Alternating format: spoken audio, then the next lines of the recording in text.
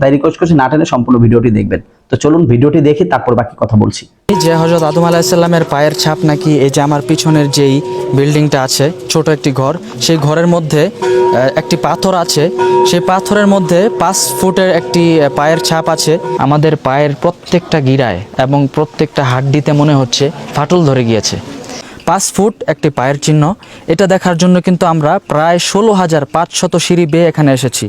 তাদের কাপড় দিয়ে মোড়ানো সেই জায়গাটা, পায়ের চিহ্নর জায়গাটা আমাকে দেখে সুস্থ মনে হওয়ার কথা না, কারণ আসলে আমি অসুস্থ হয়ে গিয়েছি। এটারও কারণ হচ্ছে আমি সেই পাহাড়ের নিচ থেকে নিয়ে এ পর্যন্ত এসেছি প্রায় 16,400 সিঁড়ি বেয়ে।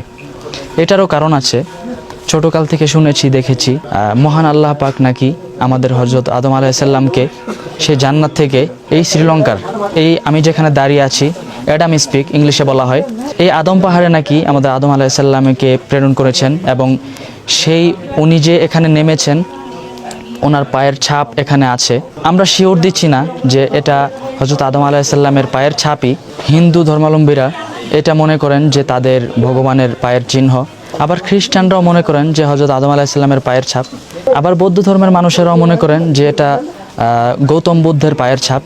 তো যাই হোক, এটা নিয়ে আসলে সন্দেহ আছে মানুষের মুখে শোনা।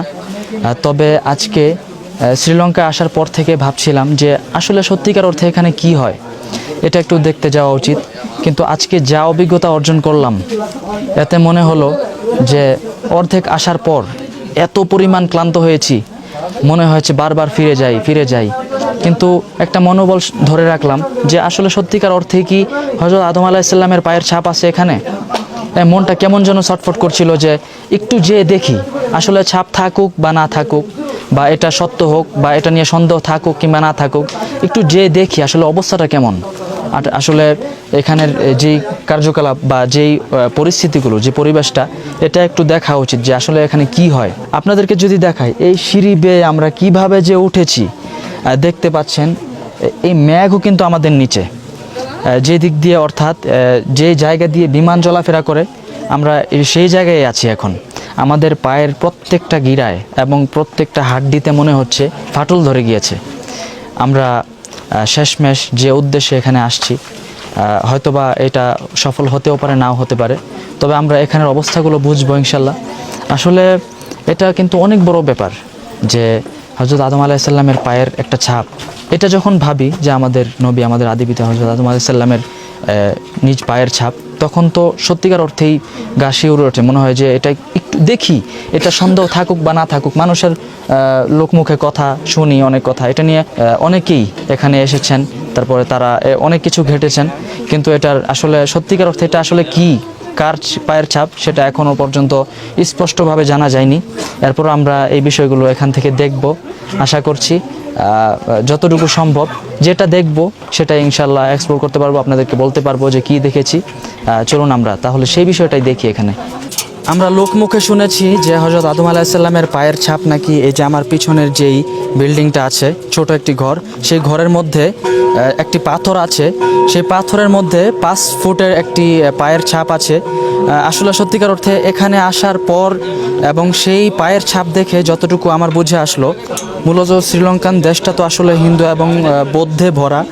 তবে সেক্ষেত্রে আমি যতটুকু খেয়াল করলাম, আমার মনে হচ্ছে যদি আদম আলাইহিস সালামের পায়ের ছাপ হয়েও থাকে, সেক্ষেত্রে বৌদ্ধ ধর্মাবলম্বীরা যে সিস্টেম করে রেখেছে, মনে হচ্ছে আমাদের মুসলিমদের সাথে, মানে হযরত আদম আলাইহিস সালামের পায়ের ছাপের যে বিষয়টা সম্মানজনক, বা এটা তো অনেক রেসপেক্টফুল এবং এটা অনেক ভাবার ব্যাপার, কিন্তু এটা আমার কাছে একটু অশোভনীয় মনে হলো।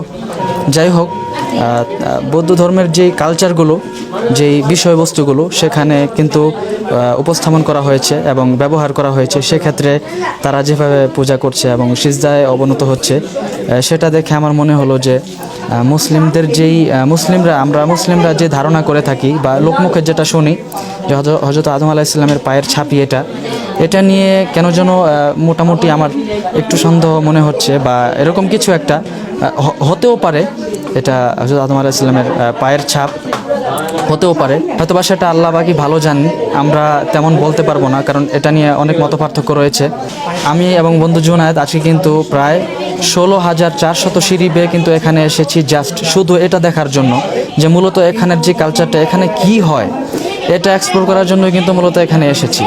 আসার পর অনেক অভিজ্ঞতা হলো এবং দেখলাম যে আসলে এখানে বৌদ্ধদের যে বিষয়গুলো তারা যেগুলো মোটামুটি দৈনন্দিন কালে যেগুলো ইউজ করে সেই বিষয়বস্তুগুলোই কিন্তু এখানে ফুটিয়ে রেখেছে, এবং তাদের কাপড় দিয়ে মোড়ানো সেই জায়গাটা, পায়ের চিহ্নর জায়গাটা। যাই হোক, এটা নিয়ে আর কথা বলতে চাই না, জাস্ট এটাই দেখাতে চেয়েছিলাম। কিন্তু ভিতরে ঢুকতে পারলে হয়তো বা সে পায়ের ছাপটা দেখানো যেত, কিন্তু ভেতরে ক্যামেরা অ্যালাউড না, সেজন্য শেয়ার করতে পারলাম না। সবাই আমাদের জন্য দোয়া করবেন, আমরা যেন ঠিকঠাক মতো আবার নামতে পারি। আমরা প্রায় অসুস্থ হয়ে গিয়েছি, আল্লাহ আমাদেরকে সুস্থভাবে আবার কলম্বো শহরে যাওয়ার তৌফিক দান করুন। যাই হোক, আজকের ভিডিও নিয়ে মন্তব্য কি কমেন্ট করে জানাবেন। ভিডিওটি ভালো লাগলে লাইক এবং শেয়ার করবেন। তো সবাই ভালো থাকবেন, সুস্থ থাকবেন। আসসালামু আলাইকুম ওয়া রাহমাতুল্লাহি ওয়া বারাকাতুহু।